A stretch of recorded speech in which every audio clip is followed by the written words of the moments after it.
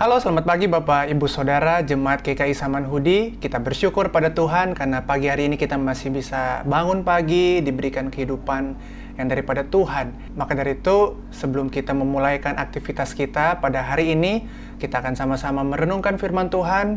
Dan sebelum itu, mari kita sama-sama berdoa. Ya Tuhan yang baik, Allah Tritunggal, Bapa, Putra, dan Roh Kudus, kami bersyukur Engkau adalah Allah yang mengasihi kami, Allah yang memelihara kehidupan kami, Allah yang besar Tuhan.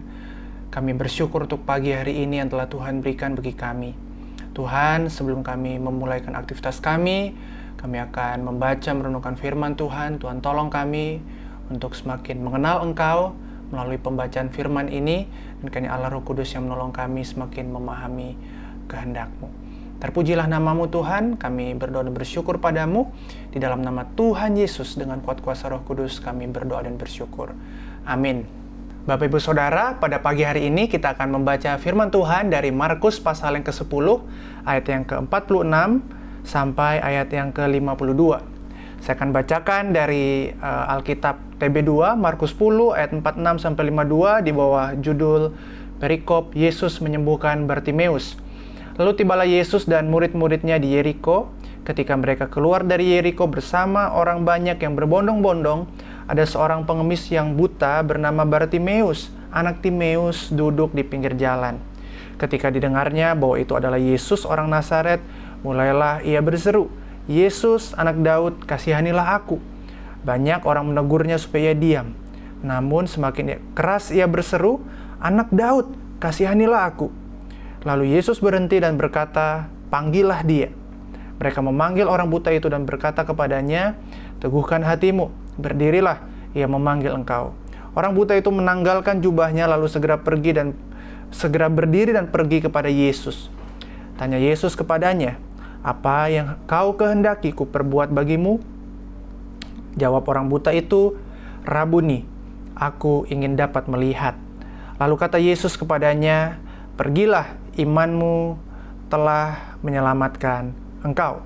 Seketika itu juga ia dapat melihat lagi, lalu ia mengikut Yesus dalam perjalanannya. Bapak Ibu Saudara, ketika kita melihat sebuah kapal yang berlayar di lautan yang luas dan lautan yang juga ganas ya, kita dapat melihat sebuah kapal yang bisa sampai ke tempat tujuan melewati lautan yang luas dan ganas itu tentu bukanlah kapal yang sembarangan.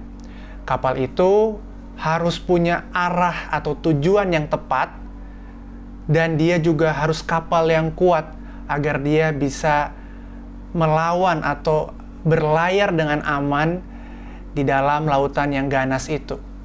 Tetapi sekali lagi bukan hanya dia kuat, tapi dia juga harus punya arah yang tepat juga. Karena lautan begitu luas, dan kalau dia tidak punya arah, tentu kapal itu akan tersesat dan tidak sampai pada tempat tujuan. Dan tentu kapal-kapal yang kita lihat itu kalau dia udah sampai di tempat tujuan, berarti setidaknya kita bisa bilang kapal itu adalah kapal yang tangguh, kapal yang kuat, tapi juga kapal yang punya arah, punya tujuan. Bapak Ibu Saudara, sebagaimana kapal yang kuat dan harus punya arah itu, begitu juga kita orang percaya harus memiliki iman yang kuat atau teguh dan iman yang benar. Sebagaimana kapal itu kuat digambarkan dengan iman yang teguh, dan kapal itu punya arah digambarkan iman yang benar. Bapak Ibu Saudara, iman yang teguh dan benar seperti inilah yang digambarkan oleh penulis Injil Markus ketika ia mengisahkan kisah Bartimeus yang disembuhkan oleh Tuhan Yesus. Bartimeus menggambarkan kepada kita seseorang yang memiliki iman yang teguh atau iman yang kuat dan iman yang benar juga kepada Yesus. Iman yang teguh artinya di sini Bartimeus memiliki keteguhan iman, atau ketika ada tantangan yang menghadapi dia tidak lengah atau tidak berhenti untuk percaya atau beriman kepada Tuhan Yesus. Bapak Ibu Saudara bisa lihat di ayat yang ke 47 sampai 48, ketika ayat 47 Bartimeus dikatakan ia berseru ya, "Yesus anak Daud, kasihanilah aku." Tetapi respon orang banyak di sana menegurnya supaya ia diam. Tetapi anehnya dan tapi juga uniknya begitu ya, Bukan Bartimeus semakin ciut imannya dan akhirnya berhenti berseru kepada Yesus, tetapi Bartimeus malah semakin keras ia berseru, dia berkata, "Anak Daud, kasihanilah aku," di ayat 48. Di tengah kondisi yang menekan dia, Bartimeus tidak kehilangan iman, malah dia semakin teguh imannya di tengah segala kondisi yang tidak mendukung dia untuk beriman, begitu ya. Dia tetap berseru dan percaya kepada Yesus bahwa Yesus dapat menyembuhkan dia. Bapak Ibu Saudara, mungkin ini juga yang sering kita alami juga di dalam kehidupan kita sebagai seorang percaya. Ada tantangan-tantangan kehidupan yang seringkali membuat iman kita sepertinya kayaknya harus menjadi ciut begitu ya.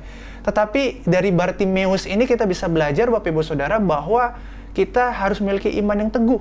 Sekalipun ada tantangan yang menekan kita, kita tidak berhenti untuk percaya dan menggantungkan kehidupan kita pada Yesus Kristus Tuhan kita yang kita percayai itu.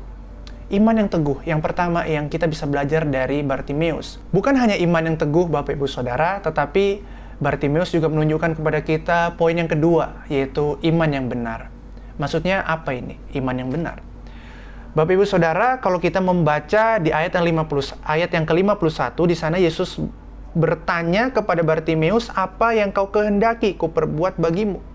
Dan di sana Bartimeus menjawab bahwa ia ingin melihat, menunjukkan bahwa ia percaya bahwa Yesus dapat menyembuhkan dia. Ia percaya bahwa Yesus adalah Allah yang berkuasa. Tetapi kalau kita lihat pertanyaan yang sama dinyatakan atau ditanyakan kepada para murid di perikop sebelumnya, di ayat yang ke-36, Yesus pun bertanya persis kepada Yohanes dan Yakobus, anak-anak Zebedeus itu, "Apa yang kamu kehendaki ku perbuat bagimu?" Tetapi di sana Yohanes dan Yakobus malah meminta sesuatu yang tidak sesuai dengan kehendak Tuhan, yaitu meminta kekuasaan dan kemuliaan yang seharusnya bukan untuk mereka.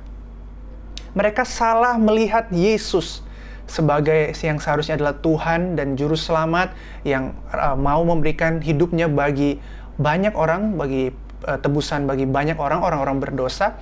Tetapi mereka memikirkan keinginan pribadi mereka dan akhirnya memiliki gambaran yang salah begitu tentang Yesus. Tetapi berbeda dengan Bartimeus, ketika Yesus bertanya, dia memiliki iman yang benar dan motivasi yang benar juga. Bahwa ia percaya bahwa Yesus adalah Tuhan yang dapat memulihkan dia.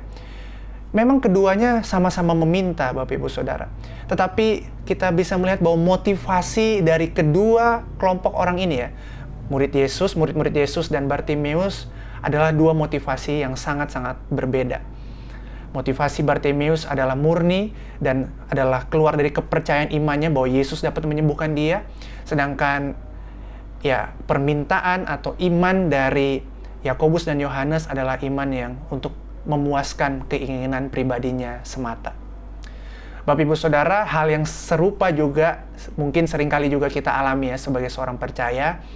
Di tengah kehidupan kita mungkin seringkali kita meminta sesuatu kepada Tuhan atau beriman kepada Tuhan dengan sebuah cara pandang yang salah tentang Tuhan. Ya, percaya bahwa Tuhan seharusnya mengabulkan doa sebagaimana yang saya kehendaki, dan akhirnya bukan membuat Allah sebagai Allah yang berdaulat, tetapi Allah yang lebih kecil daripada kita dan kitalah yang berhak mengatur-ngatur Allah. Akhirnya kita salah memahami Tuhan dengan benar. Alih-alih menjadikan dia sebagai Tuhan yang berdaulat atas kehidupan kita, kita malah menjadikan diri kita yang berdaulat atas Tuhan dan tidak percaya akan kehendak Tuhan di dalam kehidupan kita. Bapak Ibu Saudara, hari ini kita belajar bahwa iman yang teguh tidak berhenti pada keteguhan itu semata, tetapi harus dibarengi juga dengan iman yang benar, yaitu mengarahkan dan memiliki pemahaman yang benar tentang pribadi Tuhan yang kita kenal, yaitu Tuhan Yesus Kristus. Dan iman yang benar itu juga harus terus kita exercise atau kita terus miliki dalam kehidupan kita di dalam bentuk keteguhan. Bahwa di tengah segala kondisi kehidupan, saya tidak mau berhenti percaya kepada Tuhan yang dinyatakan di dalam Alkitab itu, yaitu Tuhan yang benar itu. Dan itulah yang bisa kita pelajari dari Bartimeus hari ini, Bapak Ibu Saudara. Hari ini apakah iman kita sudah teguh dan benar sebagaimana Bartimeus, Bapak Ibu Saudara? Jikalau hari ini doa-doa kita masih mungkin dilapisi dengan segala keinginan pribadi kita, mungkin kita perlu kembali merefleksikan iman kita di hadapan Tuhan seperti apa, dan mungkin mengingat kembali nasihat dari Yakobus 4 ayat 3. Lalu di tengah pergumulan hidup, apakah kita masih terus bergantung penuh dan tidak mau berhenti percaya kepada Tuhan kita Yesus Kristus? Tuhan yang sudah mau mati bagi kita dan rela memberikan nyawanya bagi kita, yang sudah terbukti benar-benar mengasihi kita. Jikalau dia benar-benar mengasihi kita, bahkan nyawanya pun tidak disayangkannya, seharusnya kita dapat belajar percaya kepada Tuhan yang demikian. Karena kita tahu di tangan Tuhan yang begitu mengasihi kita, kita tahu hidup kita ada di tempat yang paling aman. Dan saya akan tutup renungan pagi ini dengan sebuah penggalan lirik dari lagu City A Light.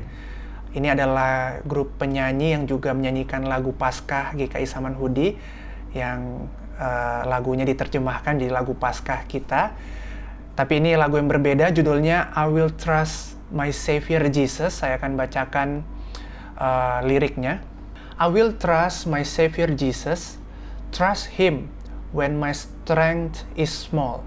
For I know the shield of Jesus is the safest place of all. Saya mau belajar percaya kepada Tuhan Yesus, sekalipun mungkin sulit dan kekuatan saya kecil, tetapi disitulah keteguhan iman itu kita lakukan. Lalu, for I know the shield of Jesus is the safest place of all. Kita tahu berarti ada sebuah pemahaman yang benar, sebuah pengenalan akan Tuhan, bahwa dialah tempat paling aman untuk kita menggantungkan kehidupan kita. Kiranya firman Tuhan hari ini semakin menguatkan kita untuk semakin mengasihi Tuhan dan percaya kepadanya. Mari kita tutup dalam doa. Bapa yang baik, kami bersyukur untuk kesempatan di pagi hari ini untuk bisa merenungkan firman Tuhan. Tuhan tolong agar kami bisa semakin mengenal Engkau Tuhan, dan percaya dengan teguh dan dengan benar kepada Tuhan yang mengasihi kami, Yesus Kristus Allah kami yang hidup. Kami serahkan aktivitas kami sepanjang hari dalam tangan-Mu. Demi nama Tuhan Yesus kami berdoa dan bersyukur. Amin. Terima kasih, sampai jumpa. Tuhan Yesus memberkati. Bagi Bapak Ibu yang memiliki pergumulan khusus dan ingin didoakan, bisa menghubungi rekan-rekan pendeta di nomor berikut.